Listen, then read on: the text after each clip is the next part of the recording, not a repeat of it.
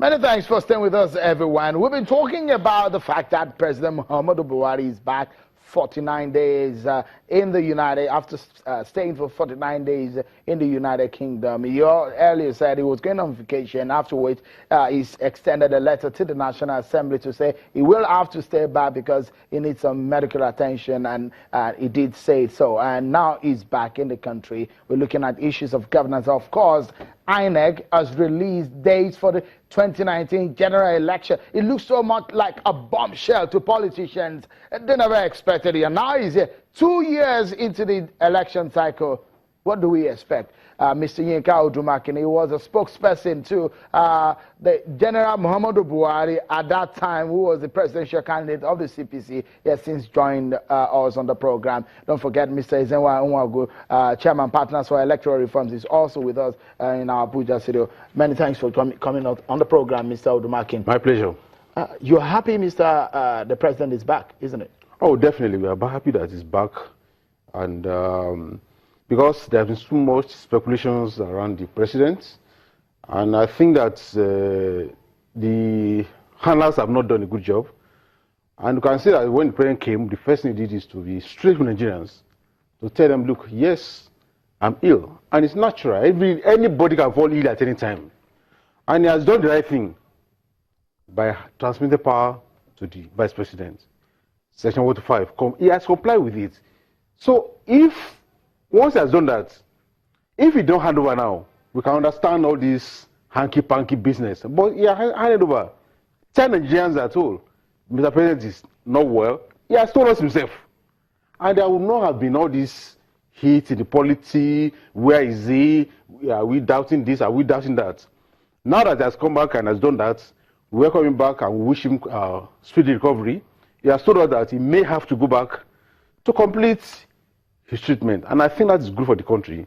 Now tension can go down, we can calm down, and then we can allow the process of governance to run, knowing fully well that the president is alive, in spite of all the rumors that have taken place, and that he's back to let the country know that he's back.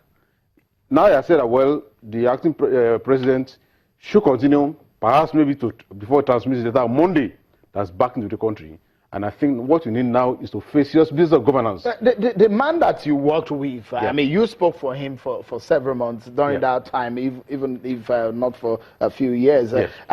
Does it look like someone who does not come straight? Because one will ask the question, was there any need for that kind of tension that we saw at all, especially from some Nigerians, which the president has said, those comments were purely mischievous? It was not necessary. The tension was not necessary. Because in 2010, when we went through this, it was because power was not transmitted. This time around, the right thing was done. I'm getting out of the country. National Assembly, this is the notice. Once he has done that, there was no need for that we went through. There's somebody acting for him. If there was any health challenges, Nigerians are very sympathetic people. When you tell them, oh, Mr. President, he wants to take care of his health, people will pray for him. But what normally attracts anger is when you try to play games with the people, deceiving. Do you think that the presidency played games with Nigerians on this matter? I don't think his president is the president, because he himself has... I mean the presidency. Oh, yes, of course, clearly. It was clearly they did. Really? Because they came out to say the president had to see his doctors. No. Yeah, well, initially it was first of all, oh, yes, he's going on vacation. Then, well, you will take the opportunity to do medical checkups. Then next thing was that, well, he has done his medical checkups. He's waiting for some results. Then take out 22 days for the result to come. And then now we need further rest after the result. We didn't need all that. The moment he has handed over power, there was no vacuum. One point a lot of people made was that the president needed to talk to Nigerians. I mean, whatever be it. Some people asked that either by Skype or by video conferencing or any other means. That you think the president needed to have talked to Nigerians at that time when he was away, especially when it was over 30 days? There was no need for him. Honestly, the moment if he did not transmit power, he needed to address the nation. But it transmitted power. But when the rumors were rife, because like I'm saying, the situation was not properly handled. If he has handed power, and the nation has been told, oh, Mr. President needs to take care of his head, it will be wicked for any soul to be asking any unnecessary question at that moment.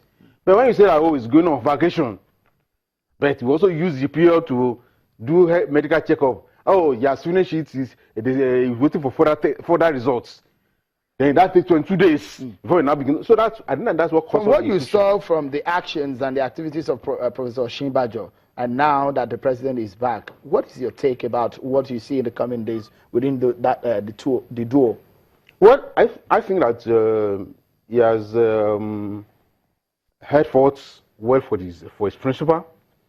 The principal is back now, and well, he said, okay, continue to act. Perhaps for him to be able to transmit a letter, because Section 145 says that until he transmits a letter to the National Assembly, the vice president shall continue to act.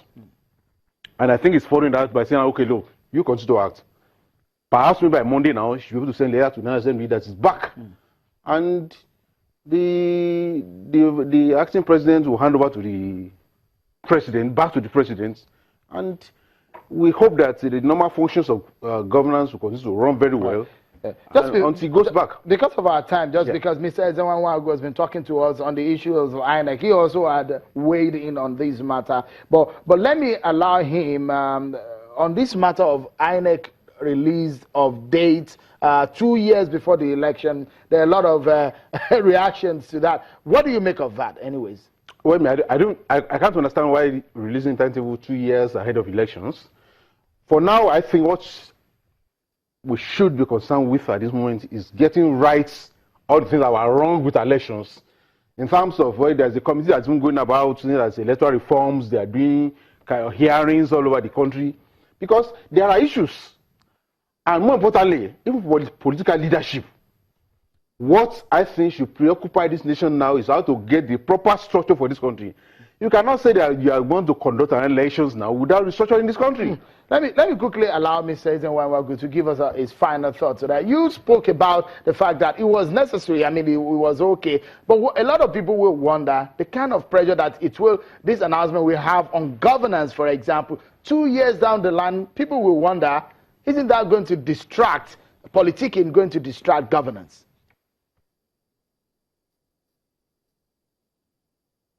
So the announcement of the dates does not signal the beginning of politicking.